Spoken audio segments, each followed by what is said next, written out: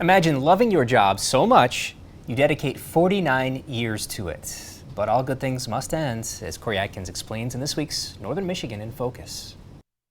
It's just been a wonderful career filled with lots of great memories and the opportunity to work with great people on a number of very exciting projects that allowed us to bring Mackinac history to the public. History is everywhere on Mackinac Island, and if you ever wanted to know anything about that history, Phil Porter was your guy. It is a period that at the beginning finds American soldiers in charge of Fort Mackinac, and Father Claude de Blanc, Jesuit priests, brought a Huron group here as a mission and established the mission of St. Ignatius Loyola. The very first military action of that war on our soil was on Mackinac Island. He is, in the reminiscence of one person, the only one who lived on Mackinac Island who insisted upon calling it Mackinac Island. Phil Porter, or Pops, started his career right here 49 years ago on the parade ground in Fort Mackinac as an interpreter. On June 15th, 1972, when I was put into a uniform for the first time and given a musket and shown how to use it, a year later I met my wife on this parade ground, and we've been married now for 45 years. So.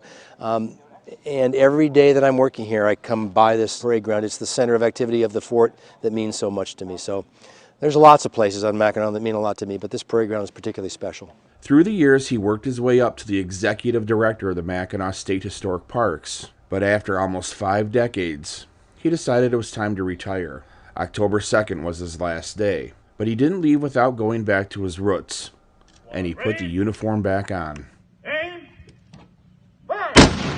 It was great. You know, it was really fun, and it felt quite natural, believe it or not, after all these years, to be back on the parade ground, to be presenting again in front of the public in uniform and doing it. It felt great. I was glad that the guides let me do it with them this morning, and that I was able to fire the weapon without any major mishaps. So it was great. It was fun. And in the end, that's what it's all about.